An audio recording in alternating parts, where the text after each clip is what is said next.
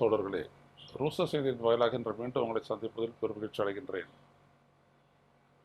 பதவியேற்று சற்றொப்ப ஒரு வார காலம் ஆகியும் அமைச்சரவை பொறுப்புகளை அளிக்காமலேயே முதலமைச்சர் விஜயனுடைய அமைச்சரவை தமிழ்நாட்டில் ஆட்சி செய்து கொண்டிருக்கின்றது என்கின்ற குற்றச்சாட்டு வந்த நிலையில் இன்று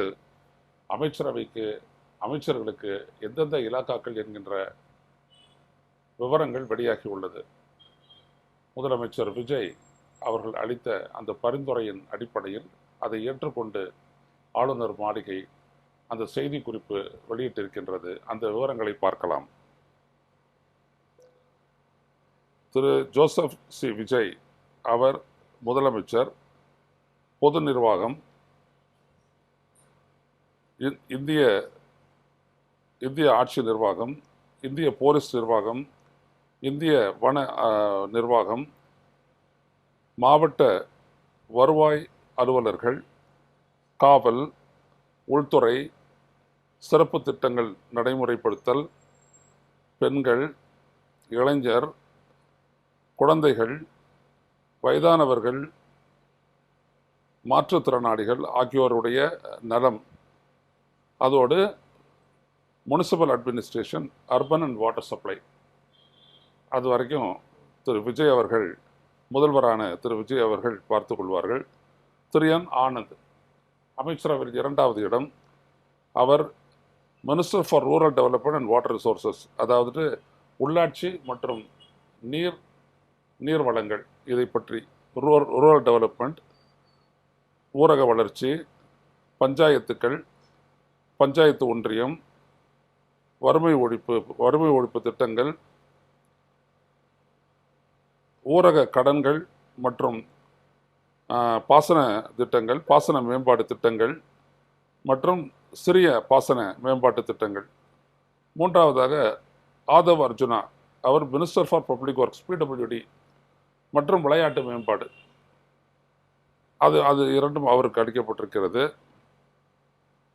அடுத்தபடியாக 3வதாக திரு மூத்த அமைச்சராக அஇஅதிமுகவினுடைய அமைச்சரவையில் செல்வி ஜெயலலிதா இருந்தபோது இருந்தவரும், இப்பொழுது விஜயனுடைய அந்த அமைச்சரவையில் ஒரு மூத்த அமைச்சராகவும் இருக்கக்கூடிய திரு KS செங்கோட்டையன் அவர்களுக்கு நிதி அமைச்சகம் பொறுப்பு கொடுத்திருக்கின்றது.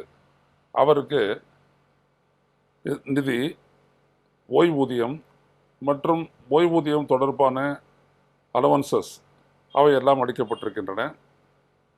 அந்த அமைச்சரவையில் மிகவும் இளைய வயதினரான பெண் அமைச்சரான திரு கீர்த்தனா அவர்களுக்கு தொழில்துறை இண்டஸ்ட்ரீஸ் போர்ட்ஃபோலியோ வழங்கப்பட்டிருக்கிறது. அதோடு சேர்த்து முதலீடு மேம்பாடு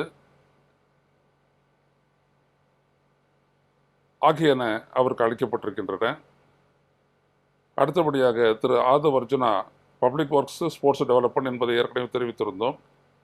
திரு KG அருண்ராஜ் அவருக்கு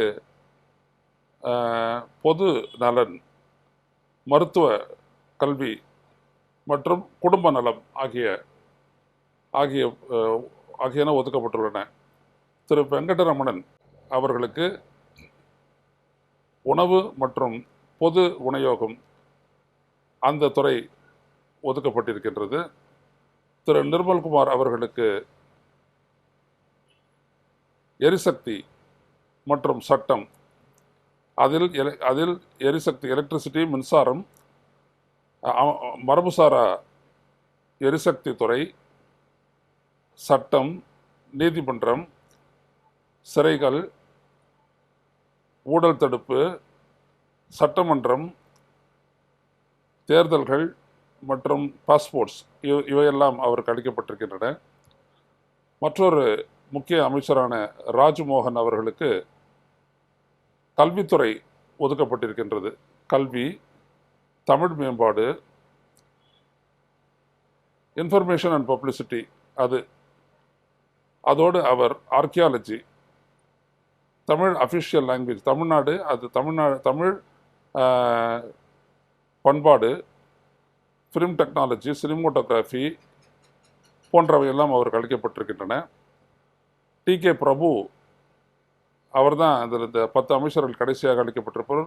நேச்சுரல் ரிசோர்சஸ், அதாவது இயற்கை வளங்கள் மற்றும் மினரல்ஸ், கனிமங்கள், சுரங்கங்கள் ஆகியன அவருக்கு அளிக்கப்பட்டிருக்கின்றன. ஆக விஜயனுடைய அமைச்சரவையில் முக்கியமான பொறுப்புகள் எல்லாம் கொடுக்கப்பட்டிருக்கின்றன.